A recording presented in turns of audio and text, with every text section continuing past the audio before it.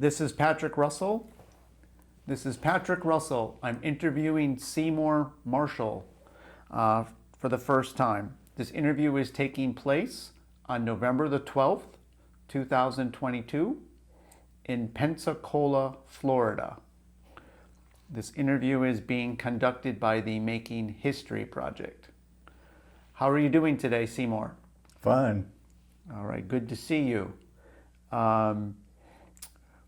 What is your date of birth? Date of birth, May 20th, 1924. Okay, so that makes you 98 today? All right. That's right. And where were you born? Chicago, Illinois.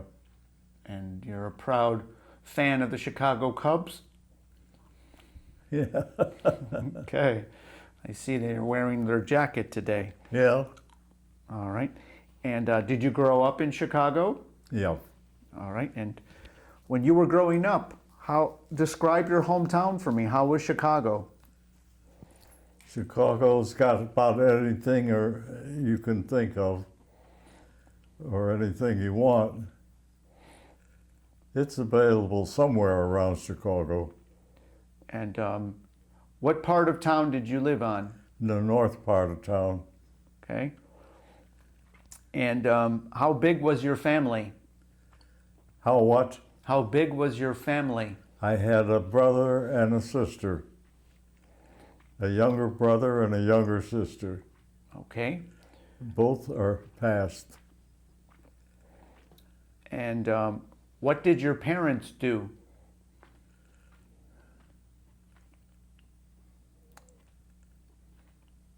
You know, I can't remember. I think Dad had a cleaning store, you know, where you get it cleaned and pressed and so forth. Okay. Dry cleaning. All right. And how about Mom? Had a mom, yeah. And she worked also in the store? You know, I don't know if she did. Not after, you know, I left home. No, I don't know what she did. Okay. And where did you go to school? I graduated out of high school at the Roosevelt High School, 1941. Okay, and then I went to my first year in college was not a big college, it was a local, I don't know what you'd call it. community college. Huh? A community college. It was a college, but I can't remember. It was either a government college or a local college. Did you play any sports in school? Did I what? Play any sports in school? No. How about hobbies? Did you have any hobbies as a kid? Well,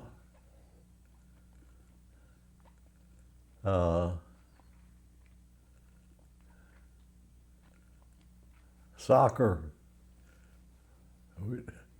in high school, and I ended up breaking my right foot ankle when somebody kicked it at the same time to me as I kicked to him, and it cracked my bone on the right leg. Yeah. And when did you join the military? In 1940, I think 42. Okay. So World War II started after you graduated from high school. Oh, yeah. All right. And when you joined the military, were you already in college? Yeah. All right. And did you enlist? Did I what? Did you enlist in the military? Yes. And which branch of service did The you enlist? Navy. And why did you choose the Navy?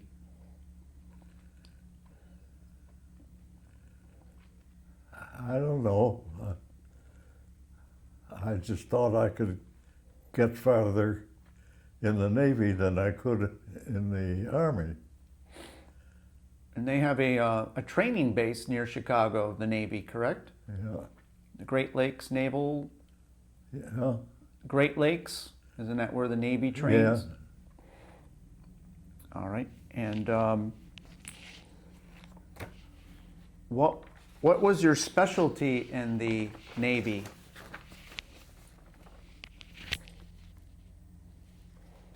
Physical therapy, I guess. All right. Did you ultimately become a pilot? Yeah. All right. And is this something that you always wanted to do? Yeah. I wanted to fly. All right. Is this something that you liked as a child? Was airplanes? Yeah. And did you have other family members that were in the military? Did what? Did you have other family members that were in the military? My brother was. I think he did. He entered as he was in the Army as a surveyor. Okay. And how did your family feel about you entering into the military during World War II? They just knew somewhere or another that I'd have to go. So they didn't object to me figuring what I wanted. And how did you feel about the U.S. getting involved in World War II? I just felt like they probably had to be to protect the country. Did Pearl Harbor influence your decision to join the Navy? Who? Pearl Harbor. Since the attack Yeah, was I at think first on the Navy. That happened just about the time I entered the Navy. Do you remember where your basic training was? Basic training.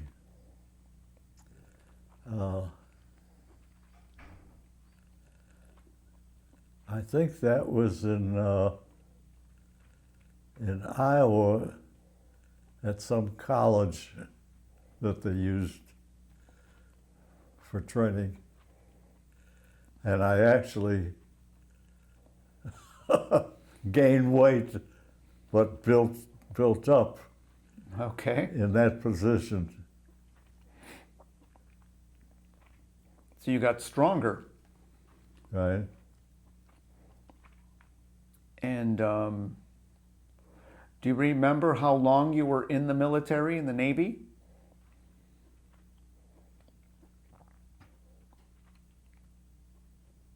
No, I don't. What was your highest rank while in the Navy? Well, as a lieutenant commander, All right. And what is a lieutenant commander responsible for? what was the commander responsible for?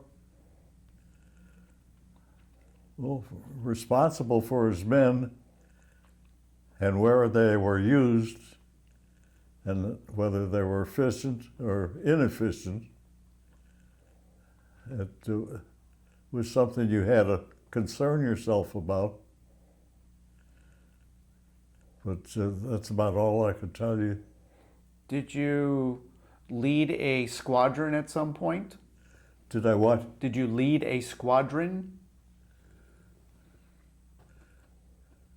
No, not by myself. No, I didn't have a squadron. Okay.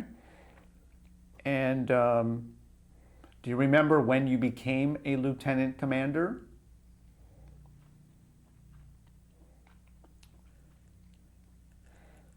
No, I don't. It's about the time that I retired.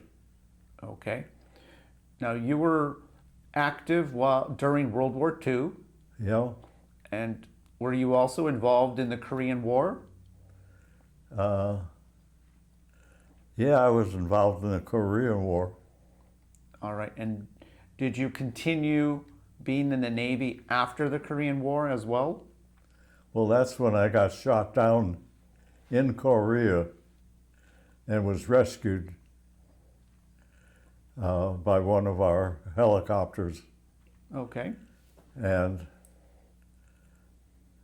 that gave me the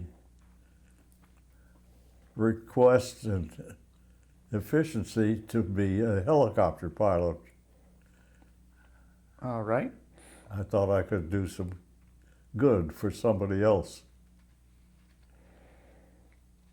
And how was training to be a pilot? How was it for you? It was kind of tough. The worst part is that you got different instructors. And I almost flunked out because I didn't do my instrument work very well.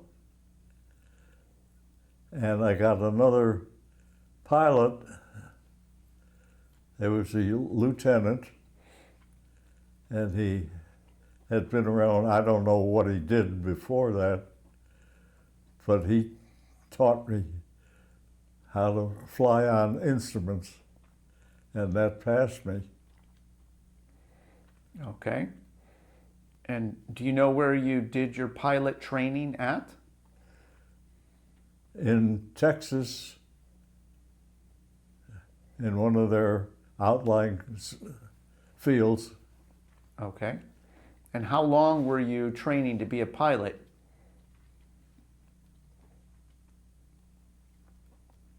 Maybe 6 months, All right. at least 6 months, or a little longer, I don't remember. And after your training, what did you do?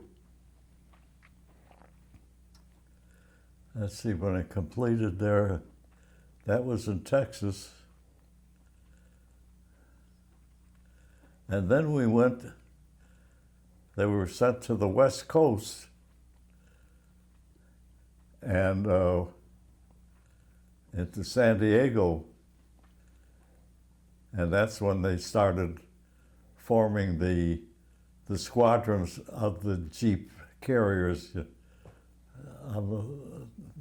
the tankers that they built, for Jeep carriers, because they weren't very fast, so they couldn't get into a regular squadron. They had to operate together, about four of them, 5 of them, and they used us for other things, kept us out of the way of real combat with ships, because those tankers would only go about 18 knots. They were built to be ships, cargo ships. And what plane were you flying to train on? Flying trainers. Yeah. What plane did you train on? That was in Corpus Christi. I don't remember all the outlying squadrons that they used, but that's where I learned to do most of my flying. What was the type of plane that you trained on? Is the SNJ, the North American plane that was used throughout the country, is used for for instrument flying or regular flyings, just anything that you needed to have, you could use an SNJ. And you've got the SNJs that were around here until recent years, when that, I think it's the T-34, has a tricycle plane on it, a small plane that they use now, I think, for all their primary training. And did you become a single engine pilot or multi-engine pilot? No, it was single engine pilot at the time. All right, so you trained to be a fighter pilot. Evidently, they used a single train, you know. And so, what plane did you ultimately fly during World War II?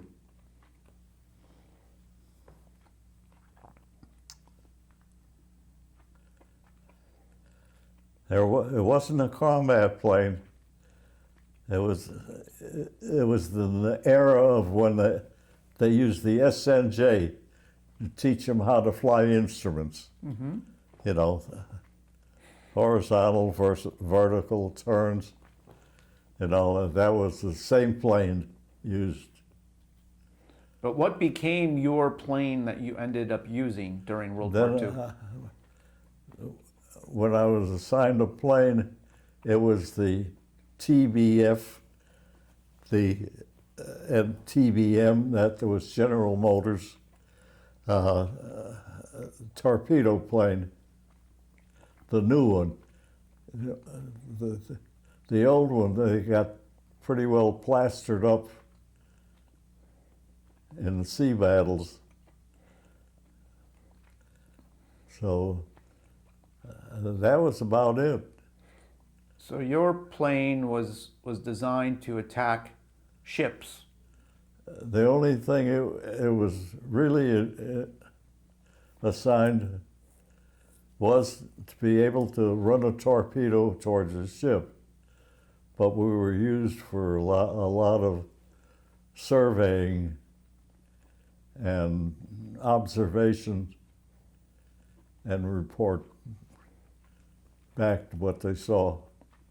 Like I didn't know at the time, but I flew by that time when they were putting the flag on Iwo Jima.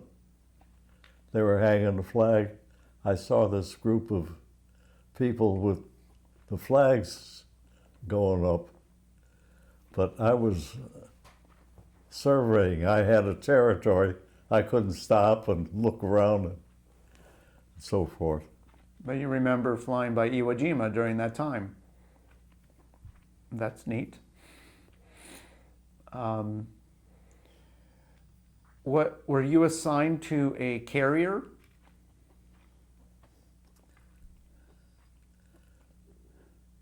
That was when we were assigned to those Jeep carriers.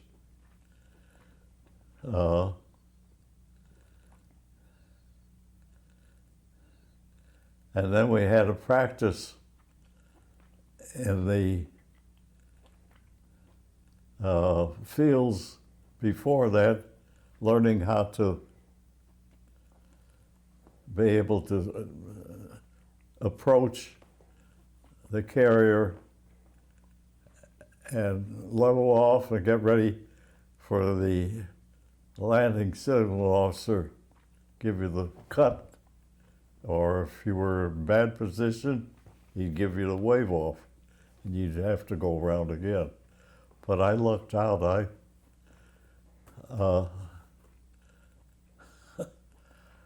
It seems I got away with it for quite a while in Chicago. I was in the group waiting to do carrier landings on that ship they had. It was an excursion ship, and they built the deck on it, and you had to practice landing on that thing. And I guess I was there too long, or they just forgot about me for a while. And they came up to me and said, "Mr. Marshall, you go out there and qualify for carrier landings, or you're going to be a sailor." And the bells rang. I said, "No, sir, not me." So I went out the next day, and I made, I think it was 6 approaches, and landed, and then took off, and I qualified. So that's when they sent me to San Diego to form a group to be on one of those cheap carriers. Okay. Well, that's motivation for you. Yeah. All right. And did there come a time where you flew combat missions against ships? There are times for what? Where you flew combat missions against ships? No, we didn't. They used us more for surveying and spotting them, which we did, you know. So that's about the way it ended up. Okay, so you ended up looking for the Japanese fleet Yeah. and surveying islands and positions. Okay. And were you ever assigned to another carrier? No, for some strange reason, I was never assigned to another carrier. You're wearing your hat today that shows the USS. Antietam? Okay. When were you part of that was them? just, one of my daughters grabbed it for me, and laying where all my caps are. Mm-hmm. And I had been on the Antietam, and that's the only time I was on the Antietam. And I knew they were going to destroy her, so I was happy to take a cruise on her. All right. And when was that? Oh, golly.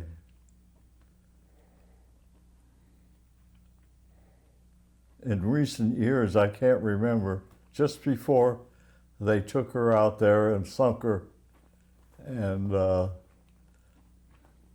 made a spot in the channel for her and used her as, I guess, direction where the high and low dirt was around there. All right. So you didn't serve aboard that carrier? I what? You did not serve aboard the Antietam? No. All right. Do you remember the name of the carriers that you did serve on? Yeah, it was the jeep carrier, the tankers that were converted into carriers, and that was on the Lunga Point. Okay. And where did you end up, what areas did you serve in during World War II?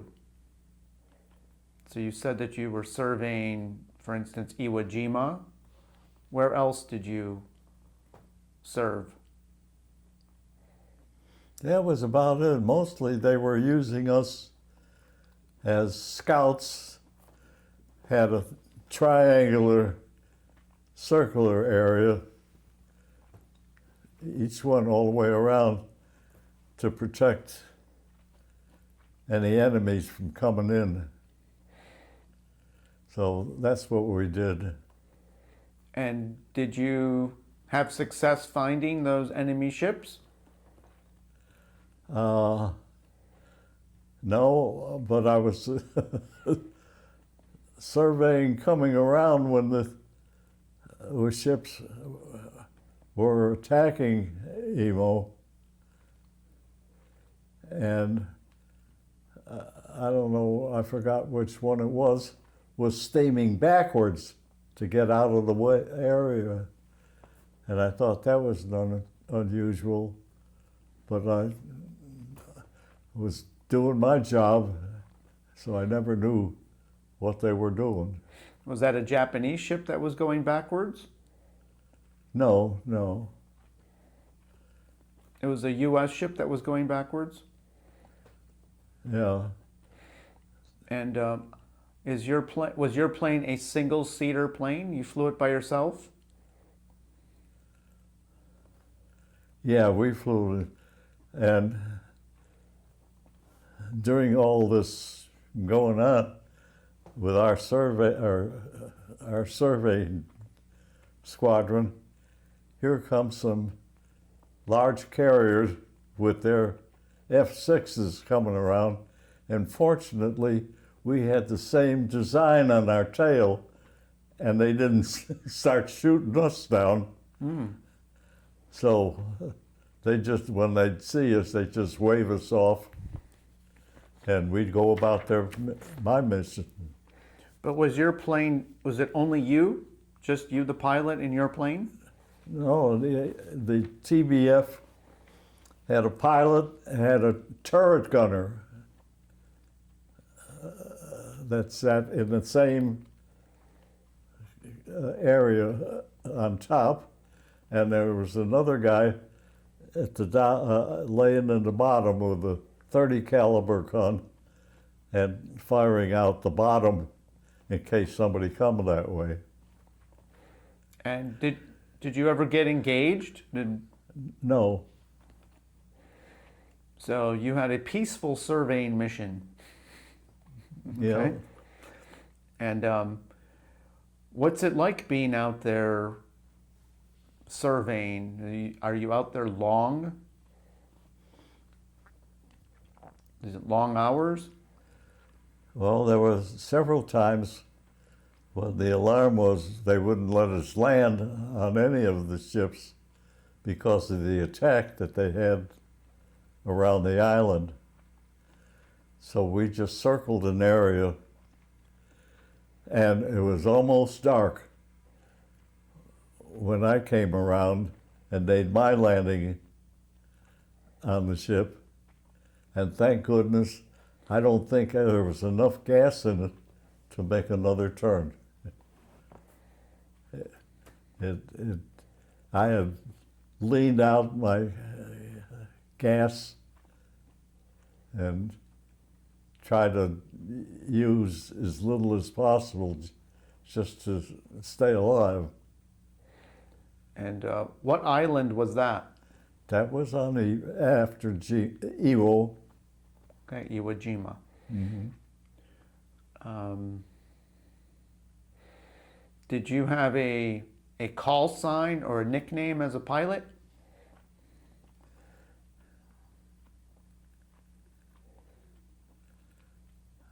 We all had, I'm trying to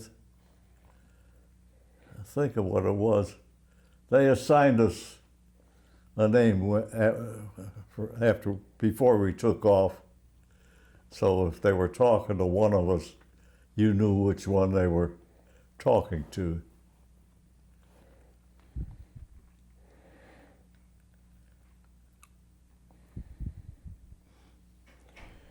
And what were the living conditions like on your tanker? Were there what? What were the living conditions like on your tanker? It was crowded, and there were two of us, and had a bunk, just one deck below the inside deck of the tanker. In other words, you know, underneath your carrier landing, you got the empty place where they stored planes or damaged. And we used that. What was it you wanted to know purposely? Or what was it? The living conditions. Oh, the living conditions. It was crowded. There was another fellow and I lived in one area below decks on the number one deck below, and top bunk and a lower bunk. And many of us had bunks in that area at the time. And in fact, when things were calm and you went to sleep, you could feel the water going past your ears. So I was sleeping in an area that was pretty close to the water line, which could make you nervous. But you were busy doing other things. You didn't worry about it. And did you have, I guess there were other like fighter pilots on the carrier besides your type of plane? No, all of ours were the TBF. They weren't fighter planes. They were assigned to the regular carriers.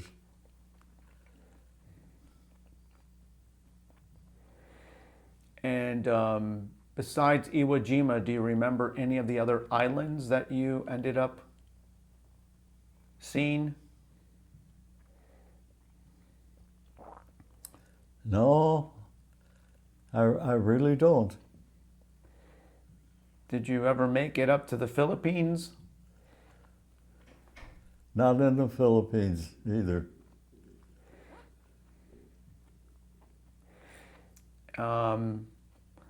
What was the most memorable moment for you during World War II?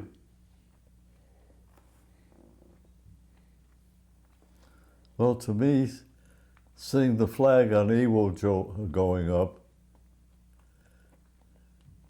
and there were some Japanese planes that had been hit and were landing on Iwo.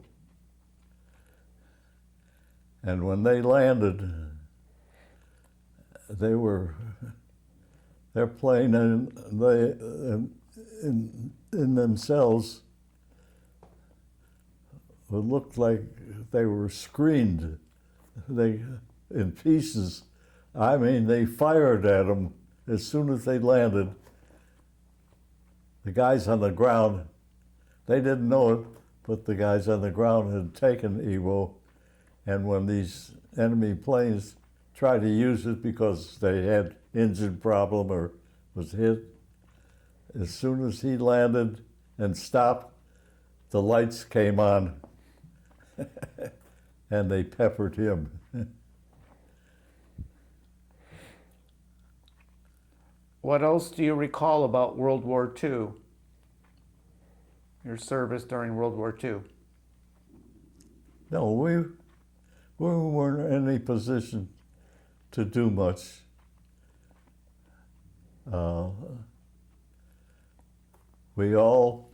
Our Jeep carriers would all go around, but all together in a group. And as far as I know, they didn't separate us to do this or do that or anything like that.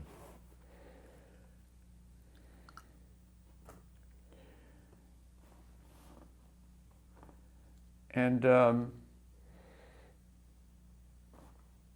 when World War II ended with Japan's surrender, where were you? When Japan surrendered, I was in Guam. We had pulled into Guam and came ashore and could just relax for a while. And all of a sudden we hear the noise that Japan had surrendered.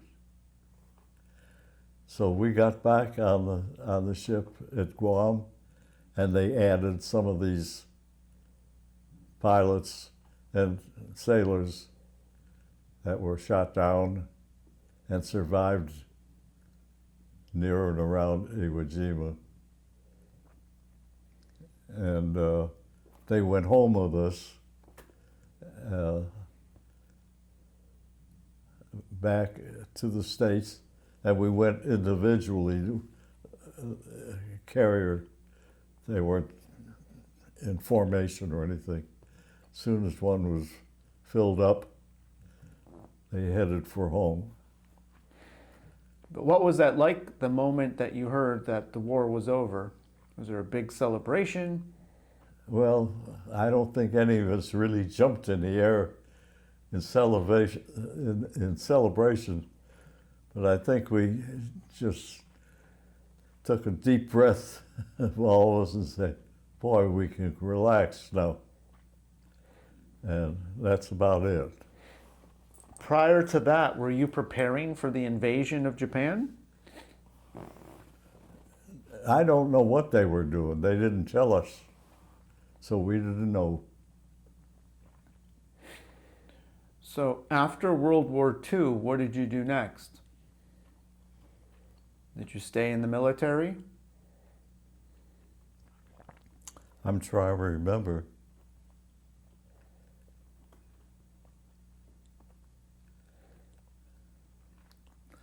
We were sent to all these local fields around Texas and teaching the kids instrument flying.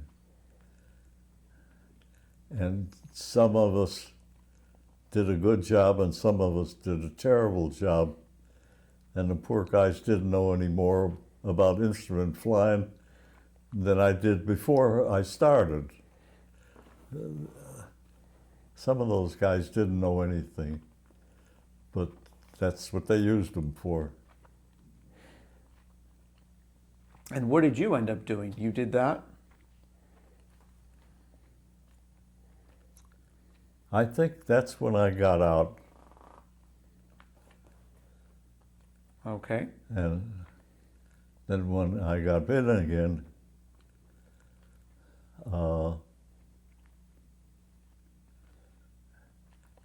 I was assigned instrument training here around Pensacola, and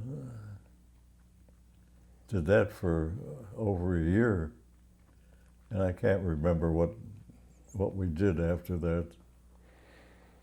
And did you get back in because of the Korean War? Did I do what? Did you get back into the Navy because of the Korean War? Before the Korean War. All right. So you left and then you came back. And why did you come back? I was assigned a squadron. All right. This time we were in those Douglas bombers that could carry more than 4 B-17s could in World War II. Okay. And they assigned us places in Korea. And what was that bomber? It was the AD, Douglas AD, yeah. AD-4? I don't know which one it was. We got with the first ones, I think, that came out of the ADs, and we were on the line and doing business now, where they didn't wait for anything, so I don't know exactly when they changed or forced anybody to change. Are you the pilot for the Douglas bomber? Yeah. All right. And how many are part of the crew on the Douglas bomber? One. Just one. So now you're flying by yourself. What? Now you're flying by yourself? Yeah. Okay. So it's an attack bomber. All right, and so the Korean War starts, and you're ultimately shipped to Korea? All right, and are you aboard a carrier also? Yeah. Do you remember the name of that carrier? I can't remember now. All right. So you go to Korea. Did you go during the first year of Korea, the Korean War? Yeah. All right. And what did you end up doing during the Korean War? What did what? What did you end up doing during the Korean War?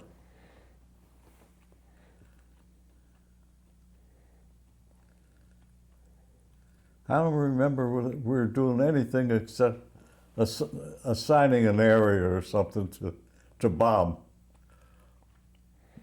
They just had a schedule, and any air group was scheduled 1 week or so in this area. Next week, somebody else, and then you went someplace else. It was just like a constant work.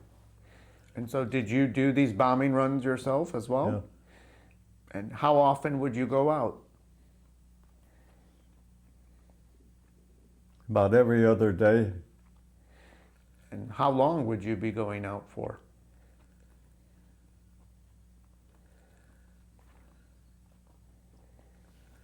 I'm trying to remember.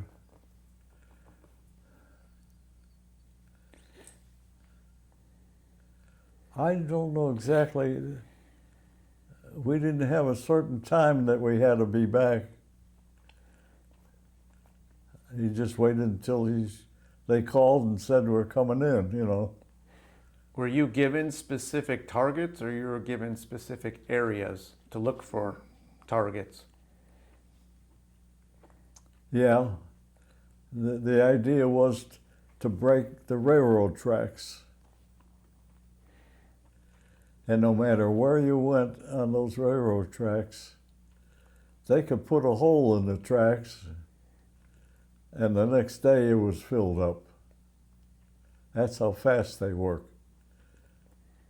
Their rails were maybe 50 or 100 feet, and they carried them all along the route. And I didn't like that because the only accurate bombing you could get was if you dove parallel to the tracks either way, because if you tried it this way, you could miss hitting the track perpendicular to it. So you always try to get something that would be parallel to it. And some of us got caught. Caught meaning what? Hit? Hit, yeah. Shot down?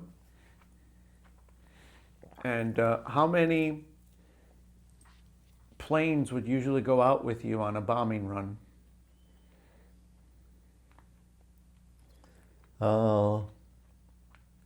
Usually about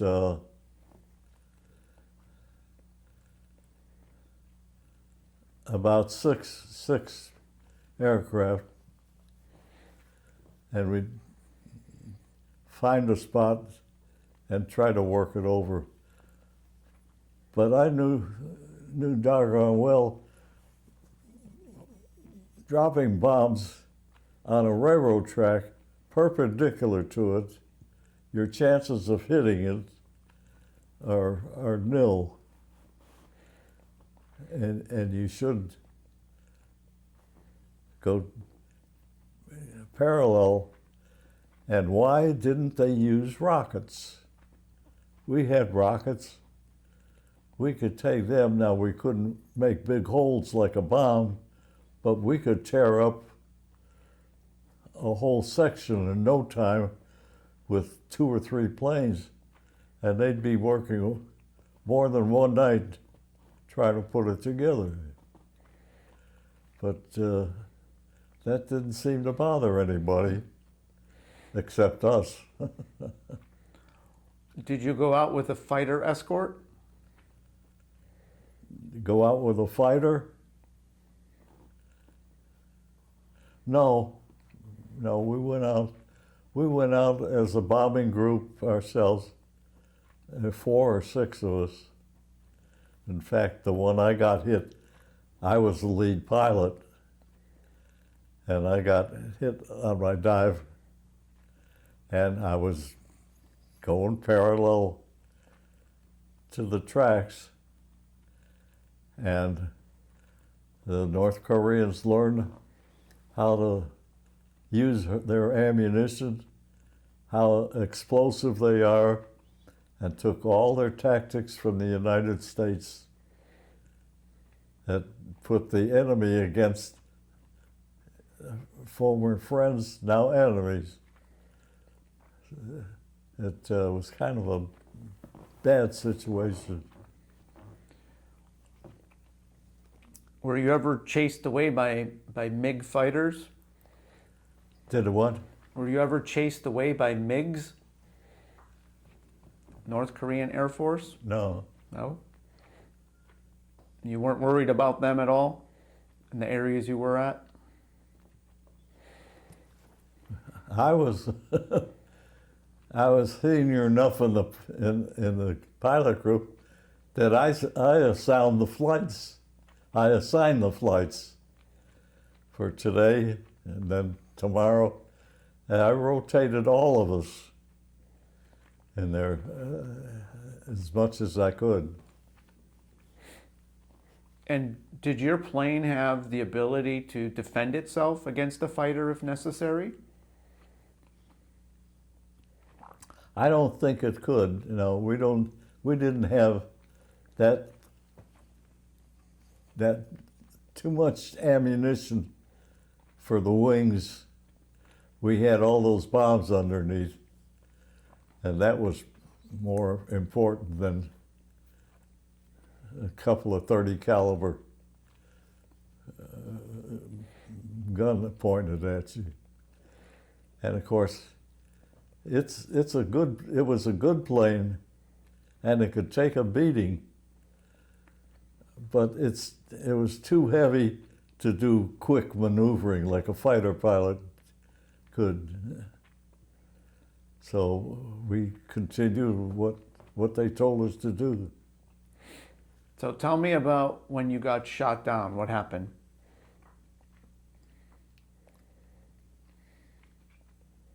What hit you? Well, something hit me, and it didn't even jar the plane. I heard a pop, and it was right underneath where I was sitting. And that smoke came out just like that. It exploded where it was the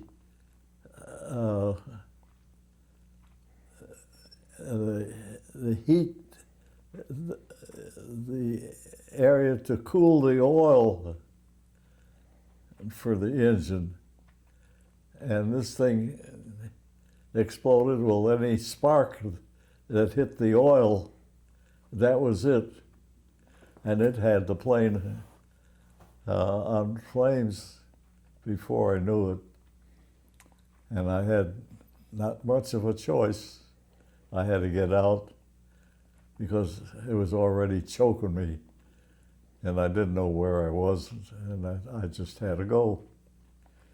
And I dove out, and which, by the way, was taught before we had gone out into combat, how to bail out of that plane. And I did exactly that. I stood up on the seat and dove for the wing, the after part of the wing. And when you did, well, you'd be swept away from the plane in no time, and you could pull your ripcord.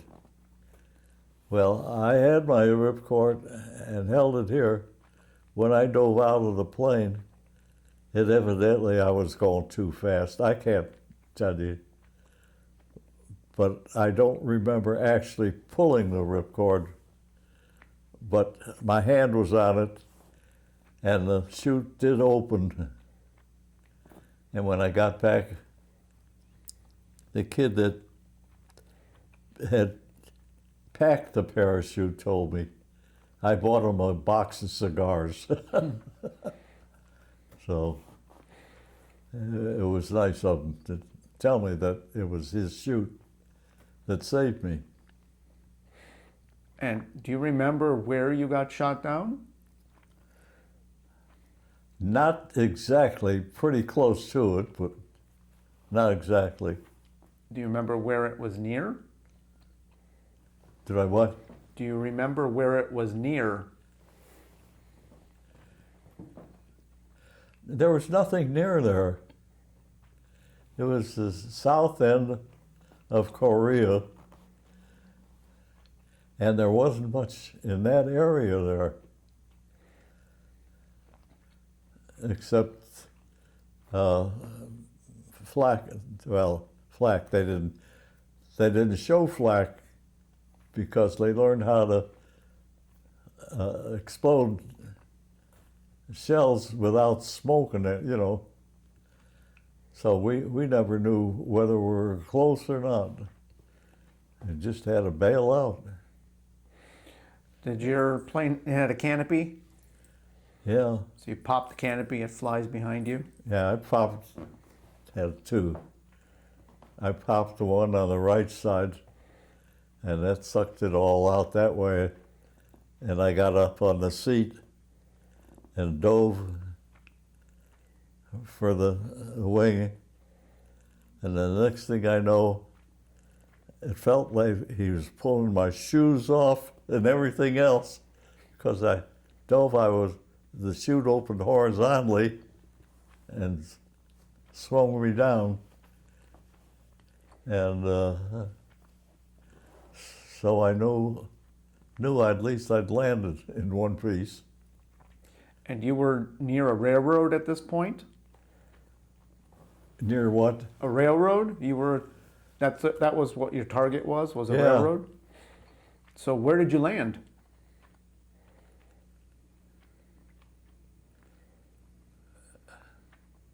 I don't know exactly. Did you land in a field? Did you land in a tree? I didn't land, by myself, yeah, with the parachute.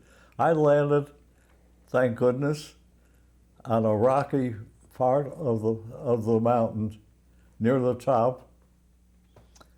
And when I did, I got out of it and grabbed the chute and put it in a pile and put rocks on it so they couldn't spot a white spot. I did that. And we all wore an emergency pack on our back besides the chute. And I opened that up, and I took a candy bar, took a Hershey, and did that.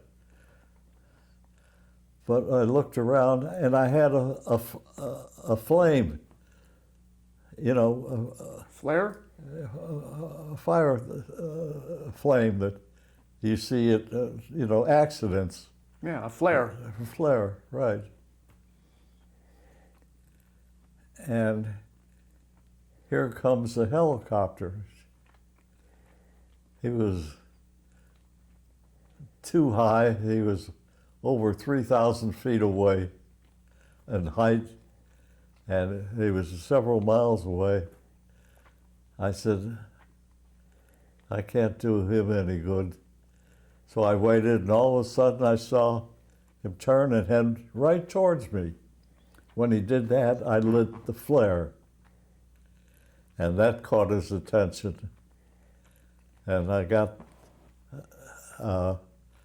when I got his attention, I put out the flare and buried as best I could, so there's no evidence of it or anything.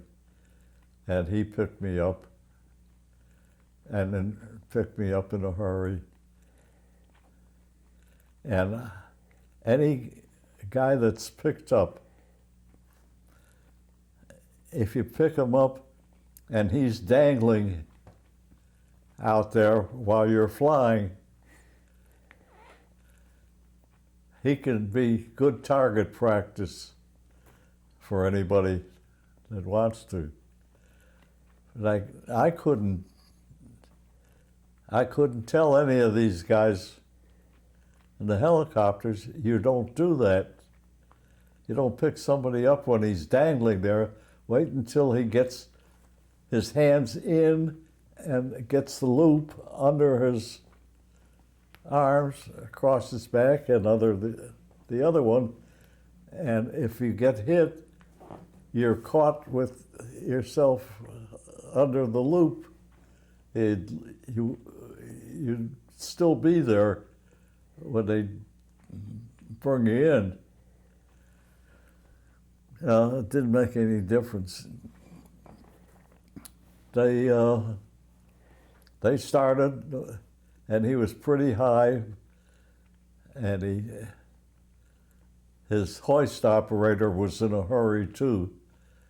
And as soon as I grabbed the horse collar to get it, to put it under my arms, the first thing I had to do was open it up and get in. He must have started pulling me up. So I ended up with the horse collar not under my shoulders, but across my chest.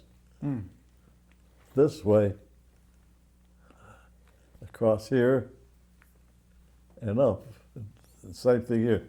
So I had to hold it there until I got to the aircraft and they could get me in the aircraft. And I'm shooting targets all the way, and I couldn't realize these guys, what they're doing.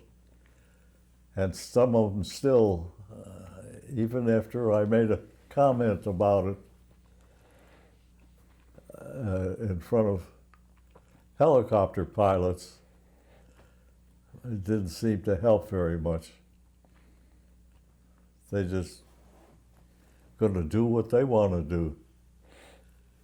And the best thing you can do is come in and pull in to where the guy is 40 feet from him and hover. And if there's anybody close, they're going to hit you anyway, wherever you are.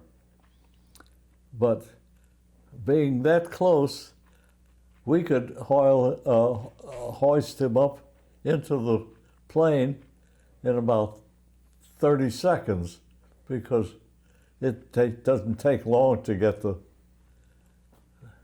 pilot up and on the way. But some guys you can't tell them. They're going to do what they want to do. Did you bring your parachute with you? My membership? No, your parachute. When you got rescued, did you bring it with you? No. So it's still on that mountain? It's still on that mountain. And the flame was the best part of it because it recognized that flare. And he came down and I got rescued. What were you thinking when you got shot down and you were on that mountain? Was that a scary time for you? I was just looking around, see what's there, what I could do. And you don't have but a minute or two to find out or realize where you're at. Did you have a sidearm with you? Huh? Did you have a sidearm with you? I did have a sidearm with me. Okay.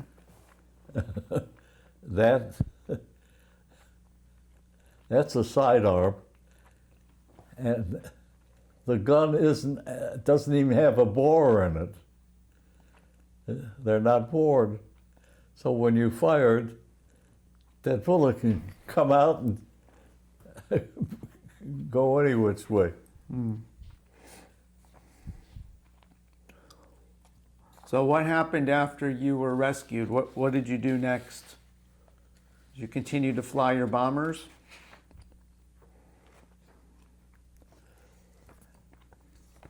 I can't remember. I got picked up. All right, we got back to the island where everybody was working out of the island there. And they put me on a destroyer that was anchored alongside. This is a small island inside a big area. And I got a cup of coffee, and before I knew it, he got underway. And I'm sitting there with all this shit on me, the poopy suit, you know, the rubber suits, and everything else. And we get out into the sea, and where does he hook up to? A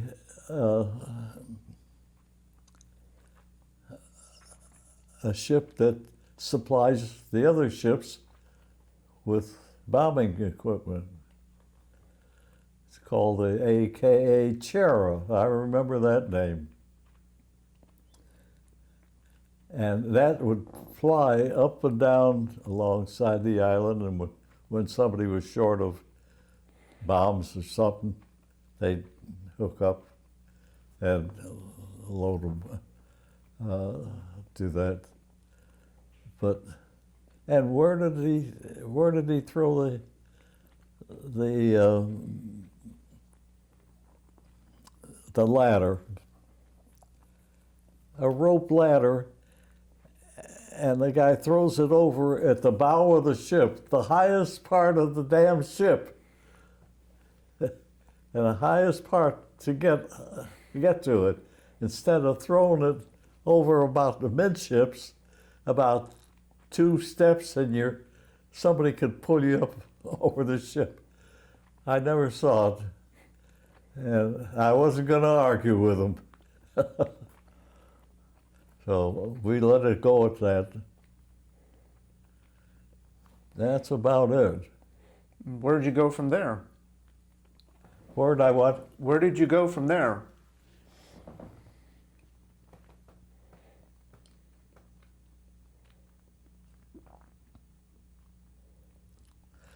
I can't remember where we went from there.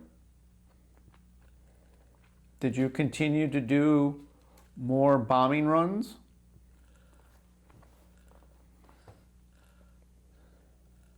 No, the ship, the ship,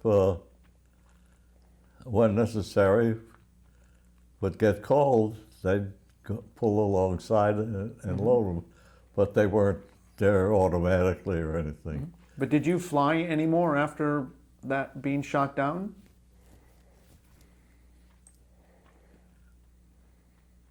No, I can't remember what I did after that. I can't just judge. Okay. And did you stay in the Navy for the duration of the Korean War? Yeah, I wasn't going to stay in it very long, but I was going to stay in it. You just don't recall what you did after that? No, I really don't. Okay. Were you hurt? Did you have to get medical attention because of being shot down? Did what? Were you hurt as a result of being shot down? Yeah, landing there, I landed in a peak, not pink, peak point of the mountain, and it was pretty hard, and I kind of bounced around a little bit, and that's where I end up with this problem I have with walking now. It bruised me pretty bad. I was a man about 38, 40 years old, and you could take so much, but they sent me out to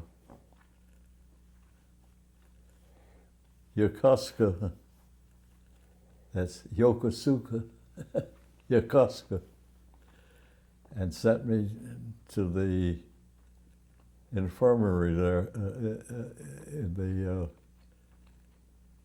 where the nurses would take care of you. And they didn't have any equipment. All they had was heating pads that they could heat them up and put them on your back. So they did what they could, and I've suffered with it ever since. Back to a bad position. That's it. So after the Korean War, what did you do for the Navy?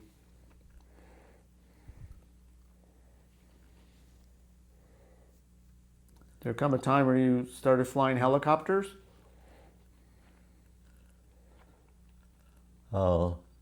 Yeah, I did. I got assigned to helicopters.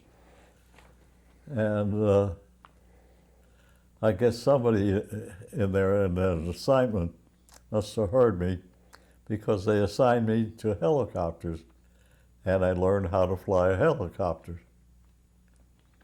And then I was sent out all over the place. You never know where you're going to send out. I ended up on a battleship with a helicopter on the back. These would be mostly rescue missions? They didn't have any room to play around on it. You know, this was a tandem rotator, and there was enough room. They cleared enough room in the back of the battleship to land, but you had to be very careful. And even after they stored it away, if they were going to practice firing their big guns, there's no place on the ship that could save the glass on a helicopter. The compression will crack the glass on a helicopter. So that put them in a bad position. But what kind of missions did you fly on a battleship? Was it search and rescue? And that was mostly what they'd use me for, if necessary, yeah. Okay. And one night they were going to practice night firing. And believe it or not, this little old lieutenant at the time had the whole Navy fleet, the admirals and everybody else, couldn't do anything with helicopters aboard. So they couldn't, they didn't want us. They tried to get rid of us any way they could. So they couldn't do their exercise because of the helicopter. Yeah, it stopped them from doing firing. So I guess that was about it. Okay. And where did you end your military career? you know, where or when?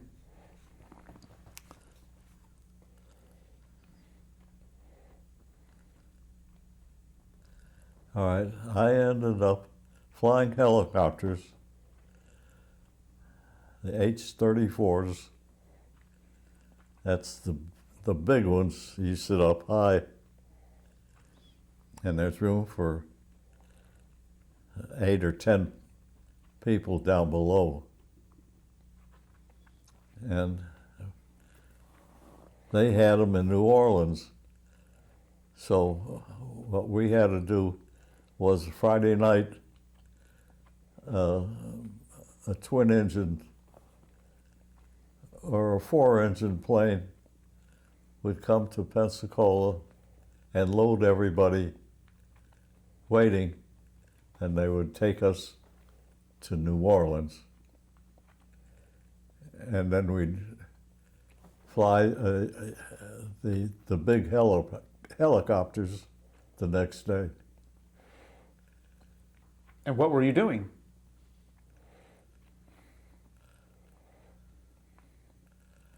Oh, I was...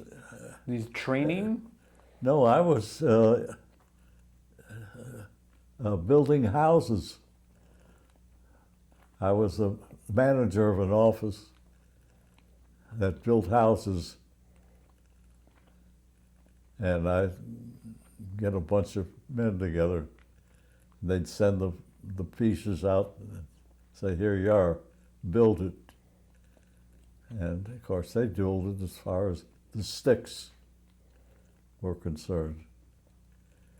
And then once I got that, then it was up to another group would come in and give them sheetrock and stuff. So you were delivering supplies to build the houses? Yeah. Okay.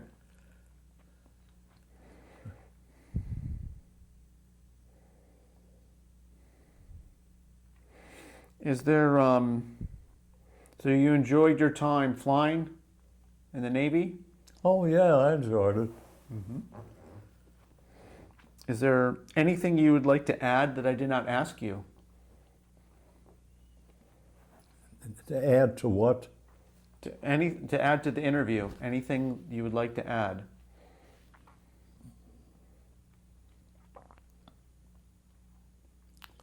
No, not really. Nothing that I can think of. Okay. How about this? Is there anything you would like to tell future generations? Did what? Is there anything you would like to tell future generations? Would I like to tell my generation? Future generations. Oh, future generations. Mm-hmm. What would you like to tell them? What kind of advice would you have for them? No, I don't think leave it up to me to try and talk people into doing something. No, I wouldn't like that at all. Okay.